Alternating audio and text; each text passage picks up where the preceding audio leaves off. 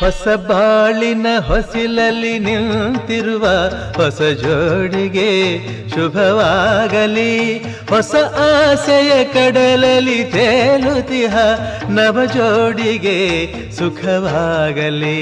ಹೊಸ ಬಾಳಿನ ಹೊಸಿಲಲ್ಲಿ ನಿಂತಿರುವ ಹೊಸ ಜೋಡಿಗೆ ಶುಭವಾಗಲಿ.